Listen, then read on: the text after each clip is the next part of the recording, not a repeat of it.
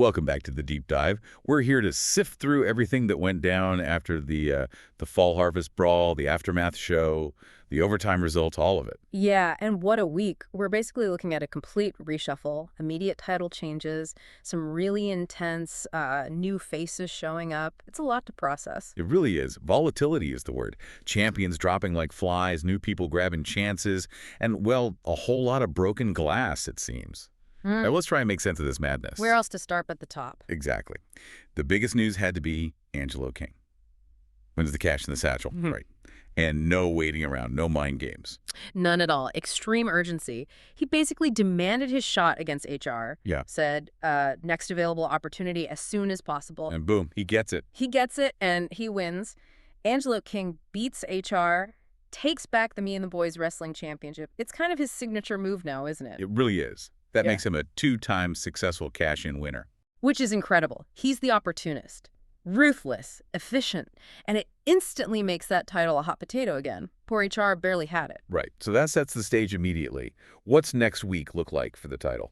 Okay, so new champ Angelo King has King Dominator next week. Big defense right away. And the winner of that gets the #1 contender. Gets to the new #1 contender, yeah. Because that whole situation was a mess, too. Oh, yeah. The Buzzsaw versus Mr. Patterson match. What happened there again? Ruined, completely derailed by that masked guy attacking Buzzsaw.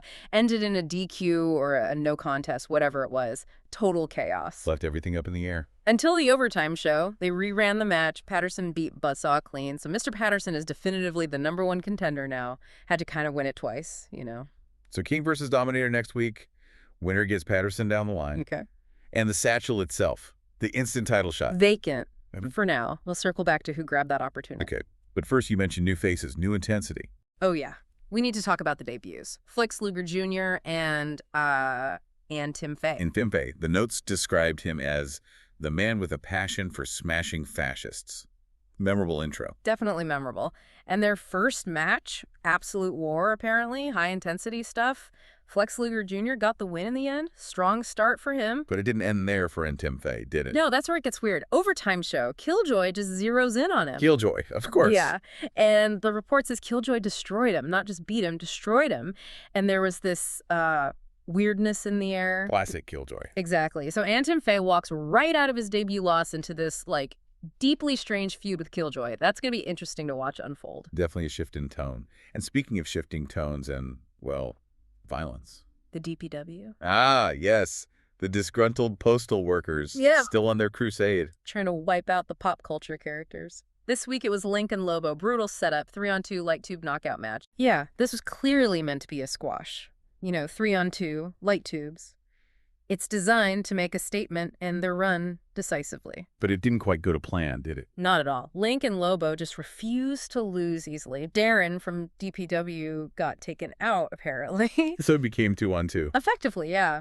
Anthony and Poe had to really fight for it. Through broken glass, multiple finishers. Lobo apparently took like 5 or 6 finishers. That's insane toughness. He just wouldn't stay down. Exactly. Turned what should have been an easy win into this absolute grind. A war.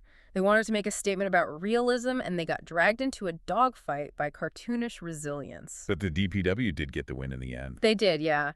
Anthony and Poe pulled it out. Link and Lobo are effectively gone from the main picture now. In that mission, the overtime show confirmed more progress, right? Huge progress. Confirmation that DM, part of that whole alliance, presumably took out Al Bundy. And then Booker Man and Cody Harris apparently finished off Bundy for good. So you look at the landscape, the pop culture characters are almost entirely wiped out. It's a much harder edge show now. Less fun, maybe. More brutal. Definitely more brutal. Which brings us to the tag team division. Oh, man. This is huge. Seismic, like you said. The Boulet lovers.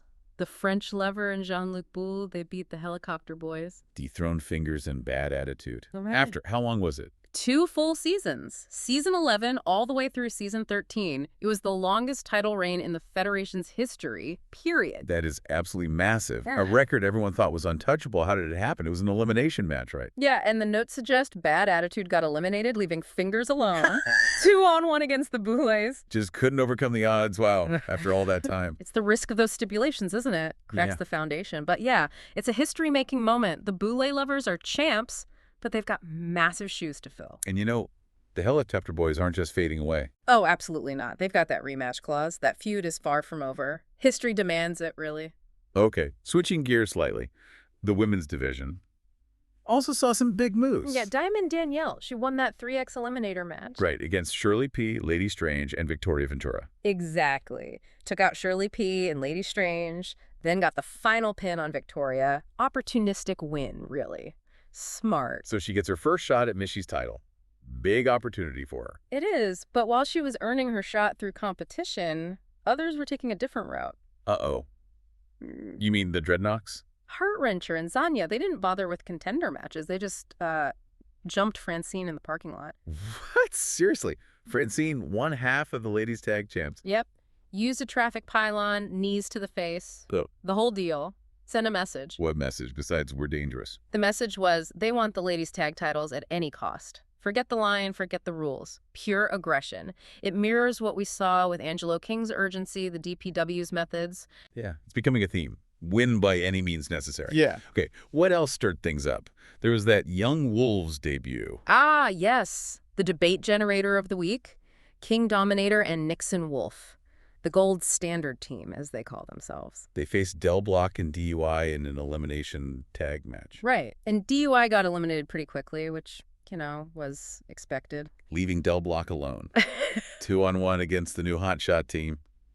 Should have been curtains. Should have been. That was the setup. Statement win for the Wolves. But Del Block, he just survived. Survived. Hung on. Defended, stalled, used every veteran trick for the entire rest of the time limit. Forced a time limit draw. Wow. A draw.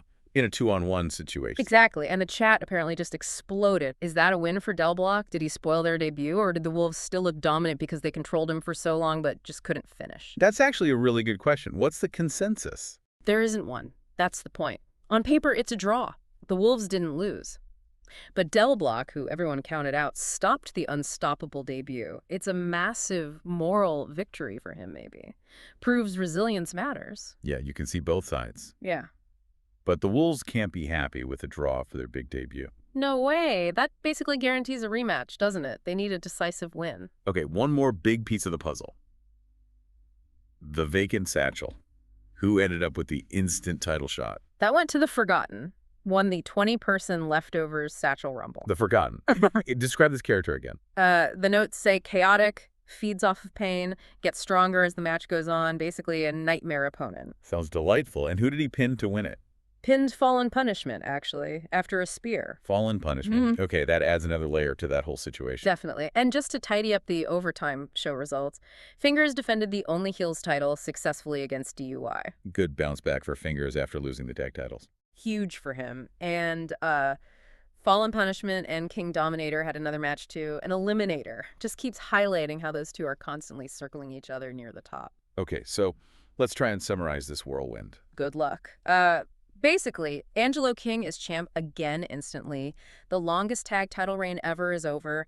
The pop culture guys are almost extinct. And the whole atmosphere feels meaner, more ruthless, driven by people like King, the DPW, the Dreadnoks. Yeah, the rules feel different now. It's about violence, urgency, taking what you want. The old guard is being pushed out hard. But there's still that one huge loose end, isn't there? The masked assailant. Right. Interfered in the Bus-Up Patterson match.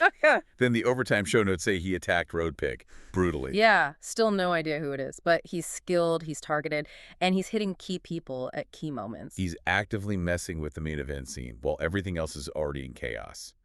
Who is this guy? What does he want? And maybe more importantly for everyone else on the roster, Who's next? If he's targeting main event players and contenders, who does he go after now? With a new champion and a new #1 contender just established. That's the big question hanging over everything, isn't it? Something for you to think about.